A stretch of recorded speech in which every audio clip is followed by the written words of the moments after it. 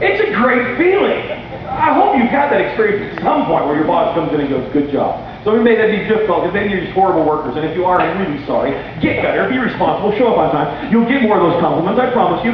But it feels really, really good. It feels really good to have that boss going, yeah, man, and actually no, and what you did, this project, you did great.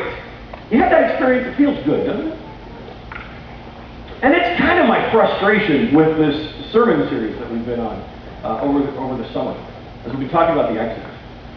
Because it seems to a certain extent, we've been kind of circling, it's where the Word has led us, but we've been circling around this really hopeless condition that we are apart from God, you know? And we're talking about seeing ourselves through the eyes of the Israelites and their slaves, and that God turns up on the heat of them to make them realize that they're slaves all the more, and that the plagues fall, and there's Pharaoh who won't get the message that he doesn't have it without God, so he ends up destroying his whole country, and his son dies, and God leads the Israelites out as the Passover experience, and they go out. And last week we talked about the Red Sea and how God brought them through the Red Sea. They were in that panic. They were caught between the mountains and the Red Sea. They're freaked out, going, what are you going to do? Why did you bring us out here in the desert to die?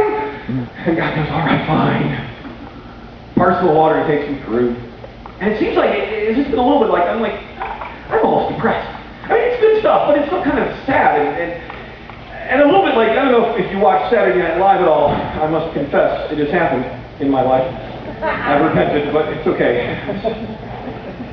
Not the church lady, although she's pretty spectacular, but there's, more recently, there was a reoccurring character called Debbie Downer. Did you see Debbie Downer? Anybody see Debbie Downer? It's like she's the one that you can have a birthday party where everybody's happy and somebody be like, oh, this is so great and happy birthday. And she's like, yeah, it is, until you realize that they're cutting down the Amazon rainforest at an alarming rate and killing thousands of creatures. and global warming is going to destroy us all within 5 years of the last. You know, everything that's said, she's got the down, you know, they have like, you know, Debbie Downer. It's kind of like, man, we've been on that track for a while, and just talking about discouraging. If you go to work and every week you show up to work and you go, and your boss says, yeah, well, you stink. Yeah, you're pretty horrible at what you do, actually. After a while, you're either saying, please fire me or I'm going to quit. Either way, I don't care, but I can't handle this kind of negative environment anymore. And going, is that how we're feeling as we've been on this series? Because it's been some pretty straight up hard stuff about us being in slavery. I've been wrestling with that this week, and as I was preparing this message for today, I've been wrestling with that a lot. Take your Bibles and we're going to jump a little bit, go to Exodus 20.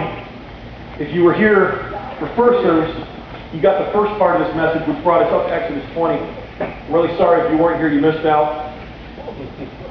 That's me complimenting myself, saying I did a good job.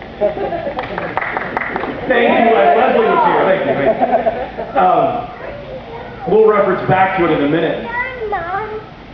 Exodus 20 is the giving of the Ten Commandments. A while back, a big issue in the news in Idaho and around the world. Chapter 19 gets us really ready for that place where God says, I'm going to appear to the Israelites. And he says, get ready, cleanse yourself, don't come up on the mountain. If you come on the mountain, you're going to die. And this cloud comes down, and it's so spectacular and glorious and powerful that in verse 16 of chapter 19, on the morning of the third day, thunder roared, lightning flashed, and a dense cloud came down on the mountain. There was a loud, long blast from a rainstorm, and all the people trembled. Again, this is approximately millions of people we talked about last week. There's been 3-4 million people here.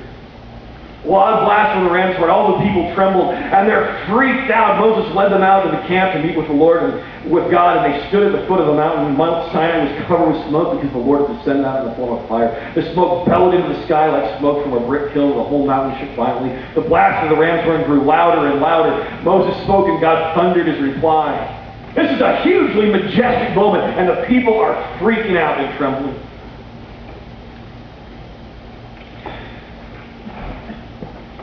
And this is a picture of God that I think we need to wrestle with and deal with. It's funny, I believe that God is a God of dichotomies. Two opposite extreme things that don't seem to make sense together. Because there is, on one hand, the God of Exodus 19, which is the God that comes down and people really freak out and run around screaming and trembling. Because he is so holy and majestic. And we can never forget that God. The God who walks out into our universe and says, boom, and there are galaxies because he said boom. On the other hand, there's the God of the Incarnation, the God of the New Testament, the God of Jesus, who says, I am Emmanuel, God with us. The God of the Christmas story, I am passionately interested in being with you every day. And these are both God. These are both amazing parts of God. This God that is holy.